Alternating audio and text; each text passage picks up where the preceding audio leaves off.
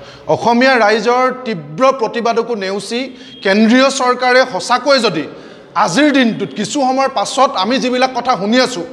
নাগৰিকত্ব সংশোধনী আইনৰ যদি বিধি বলবৎ কৰে তেতিয়াহলে অসমত সৰ্বাত্মক প্ৰতিবাদী কাৰ্যসূচী আমি গঢ়ি তুলিম অসমৰ প্ৰতিটো জাতীয় জনগোষ্ঠীয় সংগঠনে ৰাজপথলৈ ওলাই আহিব আৰু আমি কৃষক মুক্তি সংগ্ৰাম সমিতি ছাত্ৰ মুক্তি সংগ্ৰাম সমিতি লগতে আমাৰ শিৱসাগৰৰ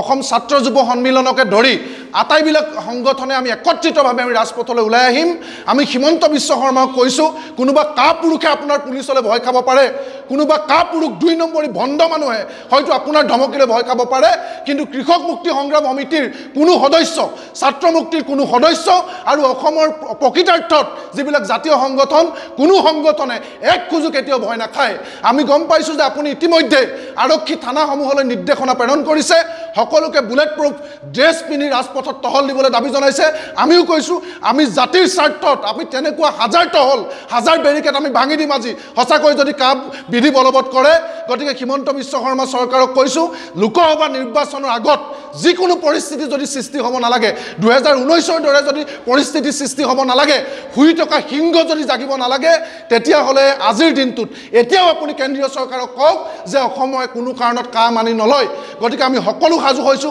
অসমৰ প্ৰতিগৰাকী সদস্যক আমি ইতিমধ্যে নিৰ্দেশনা দিছো যোন যতে আছে তাতে তেওঁলোকে গণতান্ত্ৰিক প্ৰতিবাদ সাব্যস্ত কৰিব লাগে আমি গণতান্ত্ৰিকভাৱে কৰিম কিন্তু সকলো মানুহে প্ৰতিবাদ কৰিব এই প্ৰতিবাদক কোনেও কেতিয়াও ৰখাব নোৱাৰে কাৰণ জাতিৰ স্বাৰ্থত 5 জনে শহীদ বৰণ কৰিলে 855 জন শহীদ হল জাতিৰ স্বাৰ্থত আমাৰ বীৰ বীৰংগনা সকলোৱে নিজৰ বীৰত্ব দেখুৱাই গৈছে এতিয়া আমাৰ পাল আমি জাতিক ভাল পাওঁ আমি অসমক ভাল পাওঁ অসমীয়া মানুহক নিহেক কৰিব পৰা অসমৰ ভাষা নিহেক কৰিব পৰা সাহিত্য সভ্যতা সংস্কৃতি মুহূৰ্ততে নিহেক কৰিব পৰা এই বিধি আমি কেতিয়াও বলবৎ হ'বলৈ নিদিও আৰু অসমবাসী ৰাইজক আমি বিনম্ৰভাৱে আহ্বান জনাইছো আপোনালোকক যিমানেই মিছা কথা বিজেপিয়ে নকৰক যিমানেই ডাইলুট নকৰক লাগিলে যিমানেই ডাইভাৰ্ট নকৰক যিমানেই মুখ্যমন্ত্ৰীয়ে কওক যে মই গ্যাৰান্টি লৈছো এজনো বিদেশী নাহে কিন্তু আসল কথা হৈছে এই আইনখনৰ বিধি বলবৎ হোৱাৰ লগে লগে চৰকাৰী হিচাপ মতে অসমত থকা 25 লাখ হিন্দু বাঙালী মানুহে বিধি বলবৎ হোৱাৰ মুহূৰ্ততে নাগৰিকত্ব পাব আমাৰ যিমান অধিকাৰ আছে